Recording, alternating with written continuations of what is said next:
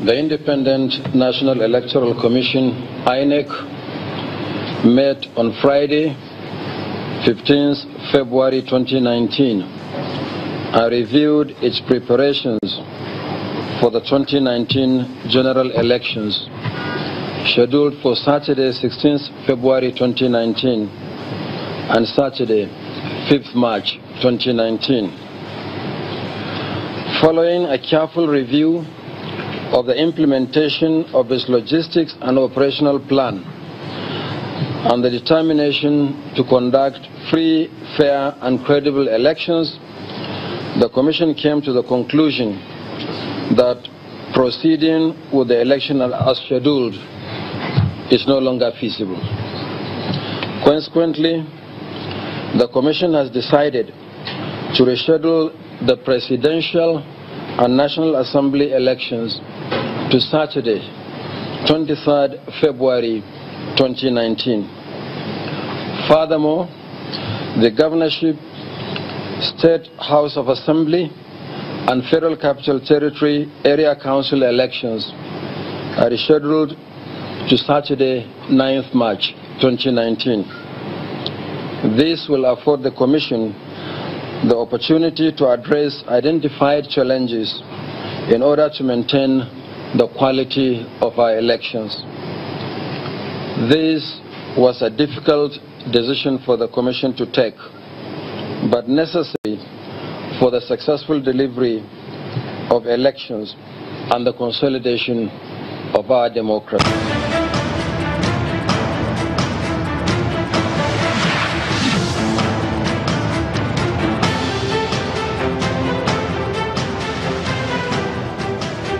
Hello, good morning and welcome to The Verdict. I'm Chamberlain Uso. And I'm Millicent Walker. Good to have you again. I'm Ayo Makinde. Welcome. So that was the big announcement that many will wake up to hear. Some may have gone to bed on that note. We don't know some how were awake to it while it happened. So that's how it went down yesterday. So there's been a lot of reactions concerning this one. Unexpectedly, you will expect that to be the case, but there are too many questions concerning this that INEC really needs to respond to, because all through yesterday, at least for the most part, while we had our session and we spoke to INEC, the impression was it was all going on.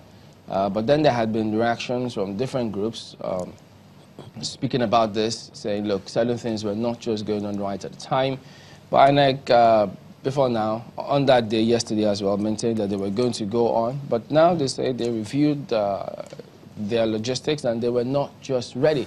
So this time is different from the last time. Last time it was security. But now INEC says, well, we're not ready for this. So, but several questions. What exactly are these issues? They need to clarify. So expectedly, there ought to be another press briefing by INEC. This time he needs to take questions from journalists. Perhaps he needs to do media rounds and find out what exactly. He's not been speaking directly to any live program. I don't know if he's on any. But there's so many questions about all of this. But before now, they had those who were of the opinion, they had suggested that, look, they don't think that this may go on. But all of those speculations, this seemed to have underscored all of them. And one would wonder if, you know, they knew something which we didn't as of yesterday when we talked to some of the, you know, INEC officials and even the security as well. We know that in the past, take for example when the former chairman sort of postponed the election. First he had a briefing with the council and told them that they were ready, and then later did the postponement and then said that it was due to security, which wasn't, you know, in his control as of 2015. But we don't know if, you know, they sat down and said, okay, they had done this with the necessary stakeholders, security, even the media, if, you know, because, you know, some of what we've also heard of the past is that they've informed Nigerians, and some Nigerians are saying that, you know, we can't have this. But now it looks like it's just INEC that has said we're not ready, no longer feasible, in his own words. What gives me concern the most is the people that have traveled far and wide. They traveled far and wide the last time too, yeah. before it was postponed. I mean, this is short. The announcement came in the middle of the night, as the scripture says, while men slept. You know, people traveled far. A guy tweeted and said, look, mentioned the candidate, said, I've traveled 300 and something kilometers from Lagos to my village just to vote for you, you know, and stuff like that. That's on the one hand. Another, thing that touches me is the number of, should we call them volunteers now? Youth corpers who have been posted far and wide as well. A significant number of whom we saw from, all kinds of media, whatever. Pictures. Yeah, pictures that have not been, well, inhabited and all of that. Whether that's true or not is left to be seen, to be contested and all of that. So one would really wonder if they took all of this into consideration, if they course, really looked at the big picture. The thing about this is the second time out that we're having an election rescheduled beyond the already stipulated time. So there are questions. It's happened sometime before as 2011. well. Yeah, Maybe not in this Fourth Republic, but yes. Yeah, but the thing now is this. Isn't it about time that we begin to consider not shutting down the entire country as a result of the elections? Because this is going to cost a lot of people already. People have put in so much. They postponed a lot. They moved so many things because of this. No one can compensate them. All of this. So it's something they need to take on the chin, if the chin is strong enough for it. So isn't it about time that we begin to take a look at all of this and ensure that if the elections are going to go on, let them go on. But don't shut down the entire country, because we're losing a lot of money as a result of this. And besides all of this, so many questions, as we did say. Well, INEC had deployed certain materials, including the sensitive ones. Nonsense. So have they delivered? Are they going to take them back? Is this going to cost? This will definitely cost us more to come back with A lot Will more. there be a all of those compromise? information. A lot more to protect those sensitive materials. And the Anambra example is one to go with. And then another strong cache of resources that we deployed is the media, who've deployed men and women Across the We'll have to country. take down on the chin. Yeah, but Across it's the country. cost all the same. Yeah, it's our job. It's our job, but then it is cost.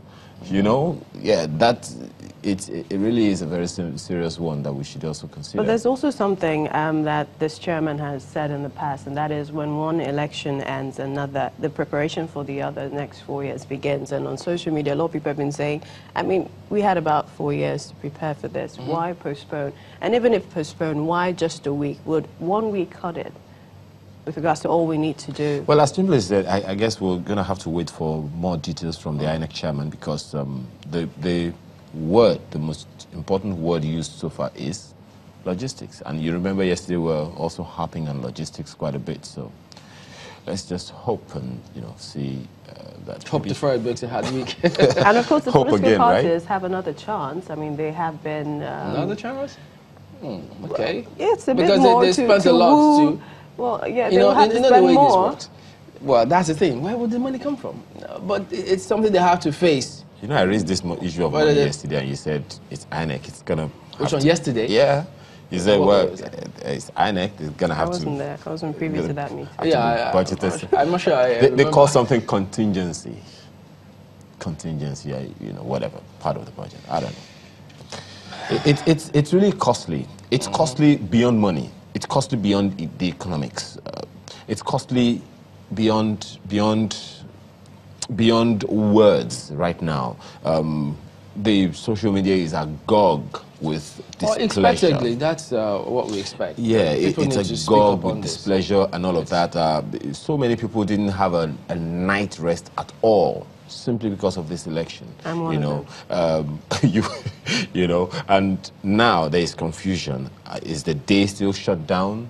Or What, today? Yeah. People have to get back to that. There's no elections anymore. I mean, So they have to that get back to announcement their is not duties. out. The announcement that there are no movements from 6 a.m. to 6 p.m. Yeah, was the made. police would The have to do announcement that. for free movement has not been made. So that announcement, we're still probably waiting for it right now. And for those who had weddings planned today, they can't- they Or next week. The wedding cannot go on. or next week, yes. So they need to move that again. I see. Well, but this is part of so many issues. But don't forget, they do also say, look, this may just be the announcement INEC has made, but there are underlying issues which they think are not unconnected. Yeah. If you look at it, they use the word coordinated arson in some of those INEC offices, where you see the one in Plateau, Abia, Anambra. And don't forget, much as INEC did say they were mopping up those materials to ensure that they was going to be ready, what time did it take to configure all those equipment, these smart card readers? Did they have enough time to configure over 4,000 card readers? 4,695. Yeah, so did they have enough time to coordinate and ensure that they're properly configured, even for the other states too? And within such a short time? Is it automatic? And then don't forget the unfortunate incident as well, the one we saw in Kaduna, which they say they're still investigating. So you see all of these issues, many just wonder, but as we look to INEC to speak a little more about all of this and I'm sure exactly it is. I'm sure it wasn't a difficult, or rather, it wasn't an easy decision to make. That's all the more reason why they should talk to us a lot more and let us understand It couldn't have been an easy one. I mean, what exactly are these logistic challenges that they have in the first instance? Which states were affected? Because some states received materials. Yeah. Some didn't as of yesterday. Yeah. Exactly, and then they have partnerships with NURTW and FRSC for logistics. What aspects of that were not fulfilled? What did they think they needed to correct? So, well, one of the accusations on social media, of course unfounded, or unconfirmed, is that INEC was using rickety buses to move materials. But I remember in the Second Republic, they had buses that were called FEDECO buses. They were combi buses, 4-door combi buses. Those were purchased by INEC. Apparently this time around, I don't think INEC has their own vehicles in that number to move materials all over Nigeria. But I would know that they gave them, they approved funds for them to coordinate and conduct the exercise. Coordinate, yes, but by cars. Well, there you go. So those are some of the key issues. But we're going to get reactions sooner rather than later. So we'll be right back in a moment.